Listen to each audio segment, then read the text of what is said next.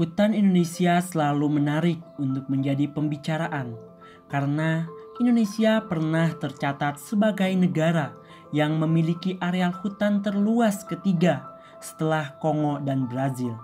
Pada tahun 2016, menurut data terbaru Kementerian Lingkungan Hidup dan Kehutanan, luas hutan Indonesia mencapai 124 juta hektar.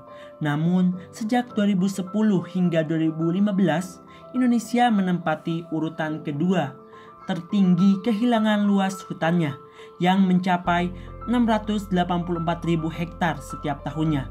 Hal ini dipicu berbagai faktor seperti pembalakan liar, alih fungsi hutan, dan kebakaran hutan.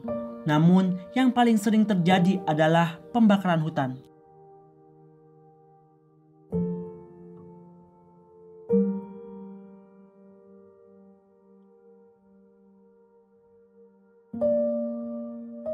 Penyebab kebakaran hutan di Indonesia dapat dikelompokkan menjadi dua. Satu, faktor alam seperti dipicu oleh lelehan lahar gunung api.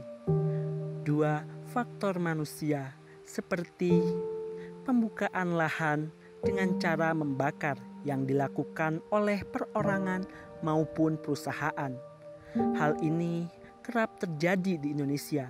Data kebakaran hutan menurut Badan Nasional Penanggulangan Bencana mencatat total luas hutan dan lahan yang terbakar di seluruh Indonesia sepanjang Januari hingga Agustus 2019 mencapai kurang lebih 328.000 hektar.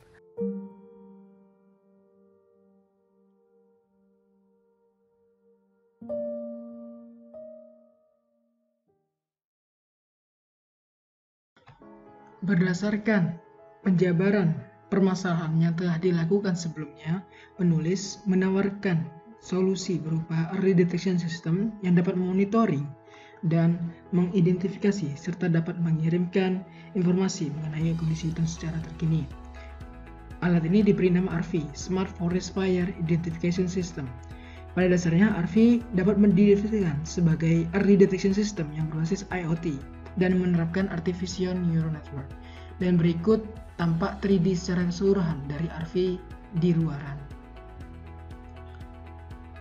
Kemudian ini adalah hardware atau bagian dalam pada ARFI.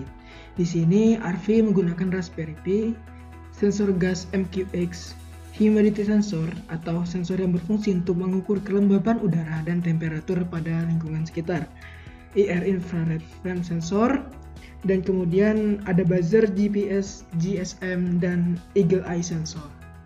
Dan penulis sendiri telah melakukan identifikasi terhadap cara kerja ARFI, di mana pada awalnya ini adalah ARFI ketika tidak ada api, dan ketika terjadi api maka suhu ARFI akan memanas dan ini akan men-trigger sensor lainnya. Dan berikut tampak simulasi perubahan suhu lapisan cover atau body pada ARFI, di mana lapisannya akan manas di bagian luar dan akan terus merambat ke bagian dalam. Lapisan ARFI sendiri menggunakan logam dengan tujuan untuk dapat mengantarkan panas sehingga sensor dapat bekerja dengan baik dan juga untuk menghindari sensor dari kerusakan akibat terjatuh dan kondisi lainnya. Kemampuan ARFI yang dapat melakukan monitoring secara real-time tentunya akan membantu otoritas terkait dalam memantau dan menyimpan kejadian dalam bentuk gambar sehingga dapat melakukan upaya preventif dan langkah tindakan hukum apabila terjadi tindak kejahatan seperti pembakaran hutan, kemudian penebangan pohon secara ilegal.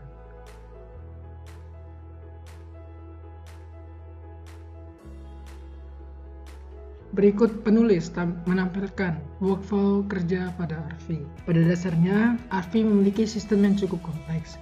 Namun, dapat dilihat bahwa ARFI sendiri memiliki workflow kerja yang cukup simpel. Yang pertama ialah sensing data.